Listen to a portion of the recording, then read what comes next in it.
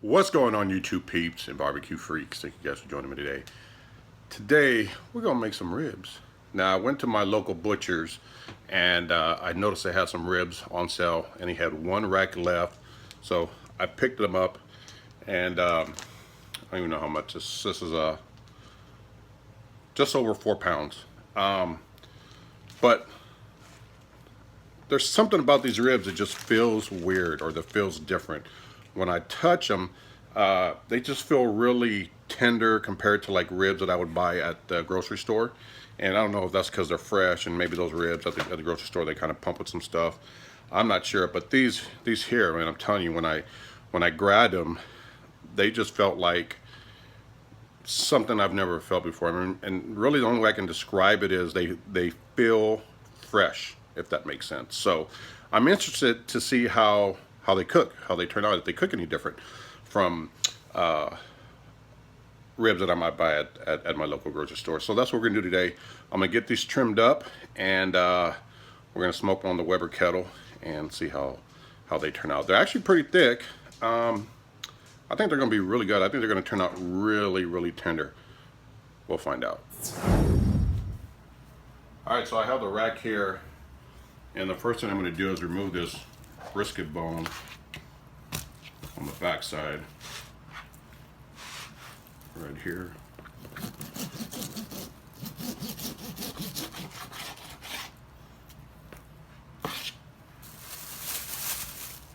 And you know what? I think I'm going to cut these up just like I would for a competition. So we're going to remove that breastbone first. And the next thing I want to do is I'm going to find about the third or fourth bone. This is the 1, 2, 3. This is the third bone here. It's usually the longest bone. And I'm going to take my knife. Actually, let me line this up to my cutting board. Take that third bone. I'm going to take a knife here. Just make a small line there. Just to see if that looks about straight. This side of the ribs, this actually kind of curves out here. So we'll have to see how they turn out, but I think that's gonna work. So what I'm gonna do is just, and I'm right above that third bone. That's the bone you want to use as your marker on where to cut.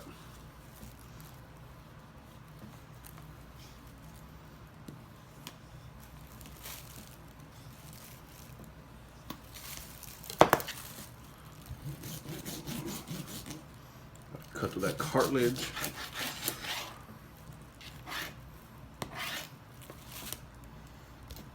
So these are the rib tips. I'm actually going to save these and throw these on as well. So let me put these aside real quick.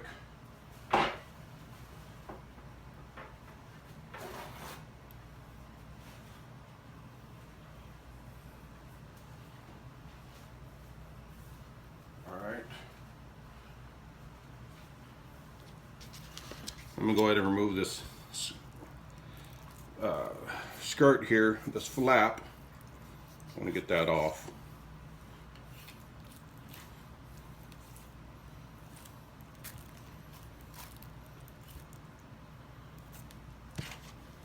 I'm not going to use that, so we'll get rid of that. So now these are a little more straight, but I'm not done trimming them up just yet. What I'm gonna have to do is, let's flip them over. Let's start with this side. I want to remove this skin, pull it back.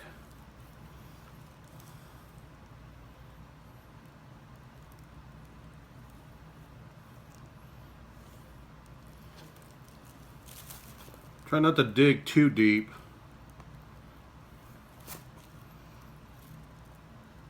I'm trying to like just fillet it right off. I'm going to end up cutting this last bone off anyway, but I still want to get this off if I can without having to sacrifice 2 bones.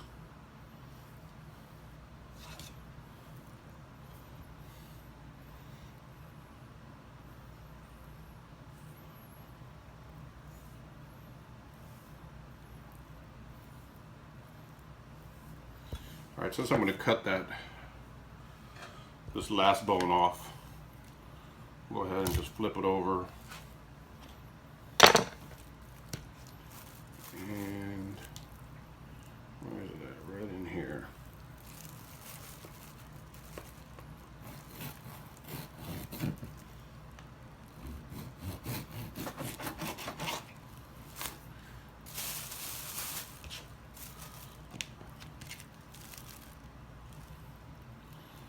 That'll work. And then just clean this up a little bit. There's a little fat here that I want to trim off. I'm not worried about leaving a little bit on. But you definitely don't want a big old pocket of fat.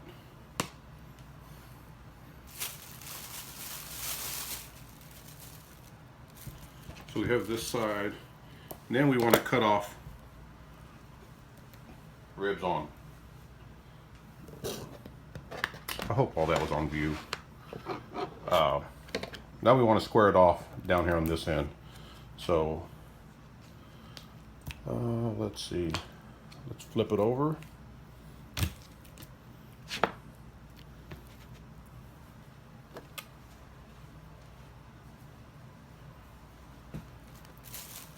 Try to find this last rib.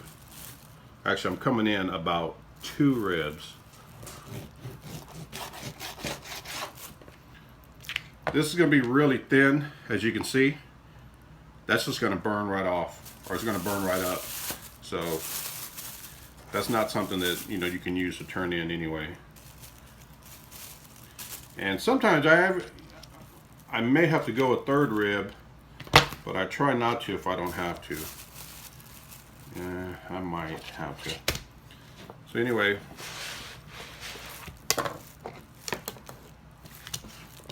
I'm going to line this. This is that edge that I cut off earlier. Or is it? Oh, that was this side. But let's line that up. I'm lining it up with the edge of the cutting board here. And this side earlier in the video where I showed you was kind of curving out. It's actually straight, but the rib was a little bent.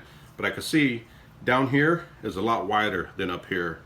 Well, not a lot, but it's a little wider. So here's that 3rd rib that we marked off earlier. I'm just making that line, seeing if that's a line that I want.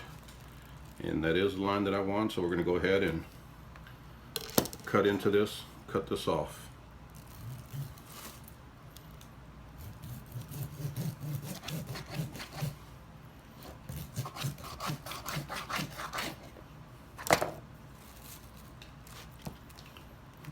Again, I'm using the edge of my cutting board as a leveler, if you will.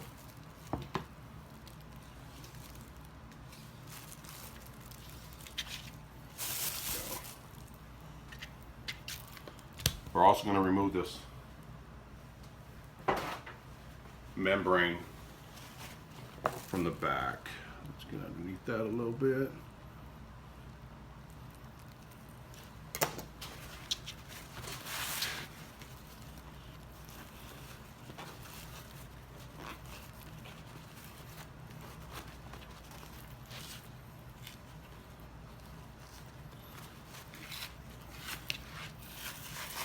Take that right off.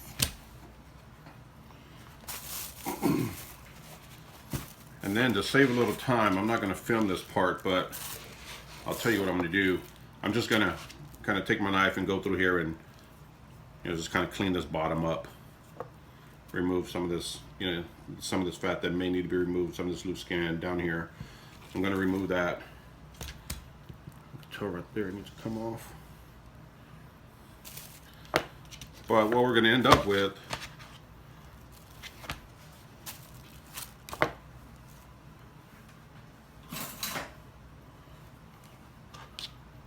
take some shears and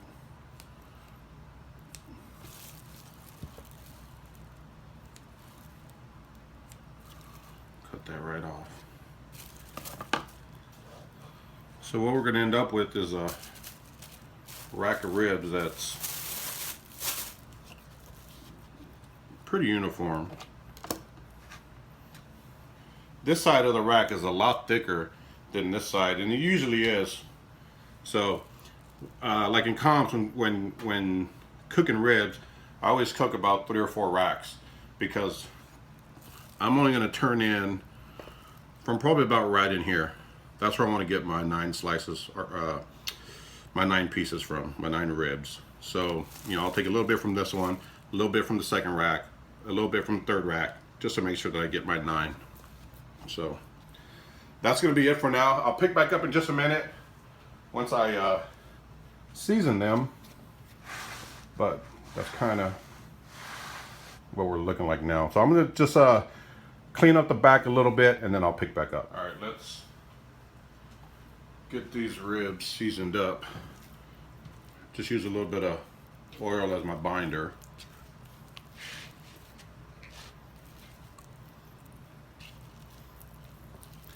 And at this point, you can use whatever rubs you like. I'm trying a couple of different rubs here, seeing how they work together. So I'm not going to say which ones they are, but you can use whichever rub you like. And what I'm doing is I roll up the ribs so that way I can season the side.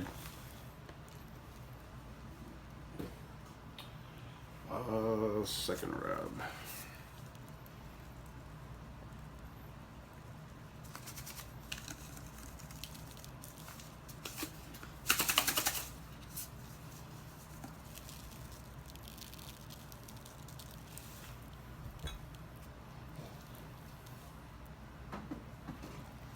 Do the same thing to the other side. Just roll it up and season it.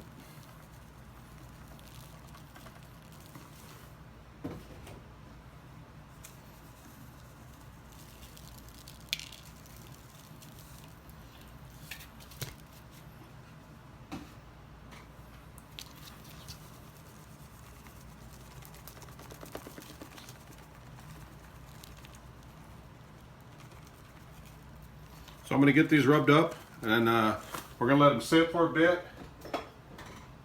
And while that's happening, I'm going to go get my fire started.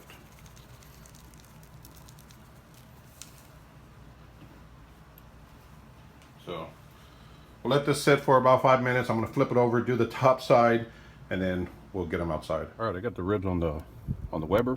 I'm using my Weber charcoal baskets. I'm using some cherry wood chips. So I got the rib tips here, the rack here, and when you put these on here, you want to try to squeeze them together, kind of like you're pluffing a pillow, because the way you lay them on there is the way they're going to cook, and that's going to kind of help just thicken them up a little bit. So we're going to get the lid on. I got the bottom vents halfway open. The top vent will be halfway open, and we'll check back in a couple hours, see what they look like. All right, so we're an hour in. I just dropped some sausage on here, but as you can see, we're getting some great color on these ribs, and it's only been an hour. Whenever you cook like this with the heat on both sides, you could cook the ribs a whole lot faster. So that color, for having only been on for an hour, you would have thought that they've been on there for probably 3 hours. So I'm liking the way that color's looking. Spritz it with some apple juice, and we'll check back in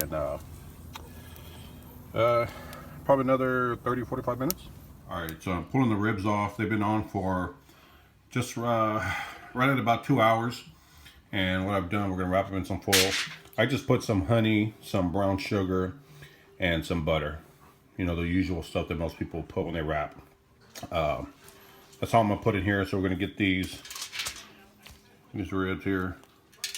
You see we're getting some good pullback, so they're pretty close to being done. Meat side down. And then I'm just gonna repeat the process. Some brown sugar and some honey on the back side, wrap them up, get them back on. All right, you guys, these ribs are done. As you can see, we've got some great pullback. We've got some nice color on these.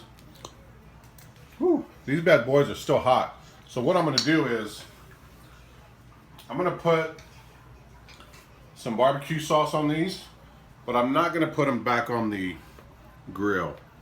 I'm gonna just let this residual heat, you know, be enough to kind of, or hope that the residual heat is enough to kind of set the sauce just a little bit. And you can use whatever sauce you like.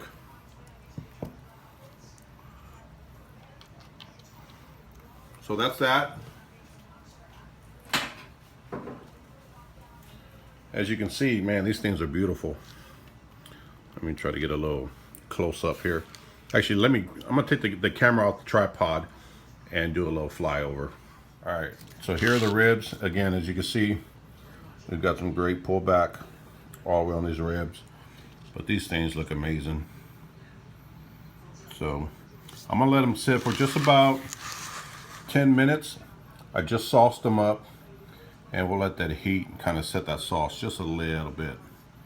But this is what they're looking like so far. Not too shabby. I think they're gonna taste amazing. I can't wait to bite into these. All right, let's get these cut up and see what they taste like. Actually, one thing I'm gonna do is I'm gonna take one of those rubs that I seasoned it with and just give it a light coating on top, a light dusting, and then we'll cut into these.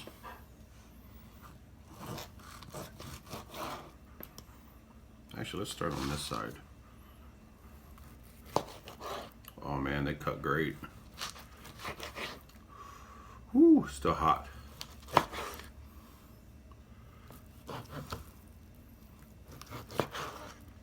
Whew.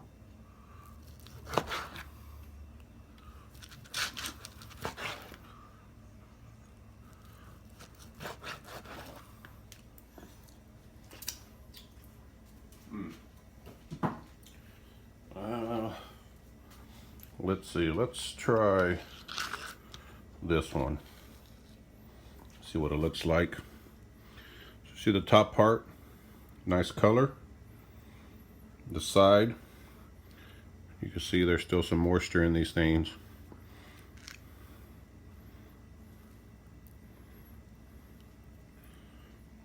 There's a little moisture in there. I thought there'd be a little more, but as fast as these cooked, I think it only took, let's see, 4:45, almost 2.5 hours is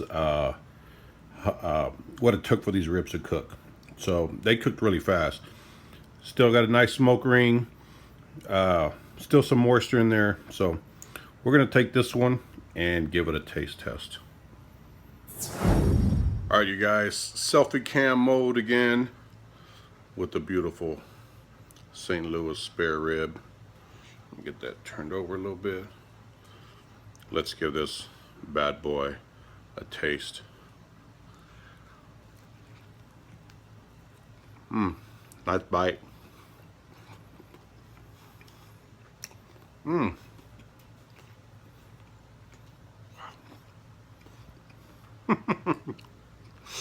Woo, doggy. These bad boys are good. This is a dang good rib, you guys. As you can see, I had a nice bite there. Now, one thing I will say that I noticed, while it was moist, it was actually a little drier, or I thought it was going to be a little more moist than it was. And normally I don't cook them that fast on my Weber Kettle. The missus and I kind of had plans tonight, and I was trying to get these done before then. Those plans fell through, so I didn't have to rush the ribs after all. But I had already gotten started, and I already, you know, cooked them in the method I did. When you put that heat in those baskets on both sides of the ribs, you're getting that heat coming from both sides, and it really cooks the rib faster. So it knocks out a lot of the moisture. They weren't dry, but they could have been. I thought they were going to be a little more moist than they were. Flavor-wise, on point. But if I had to knock anything, it would just be that I wish they were a little more juicier. And again, it just comes from cooking them really hot and fast, which I normally don't do. I think if I cooked it the normal way, if I cook them the way I normally do, and they'd be a 10 on point. So anyway, that's the rib cook. The ribs, they look great. They taste great. Man, oh man, I think I'm kind of digging this recipe. So anywho, hope you guys enjoyed. Share this video, like, subscribe. I will see you guys next time. Take care.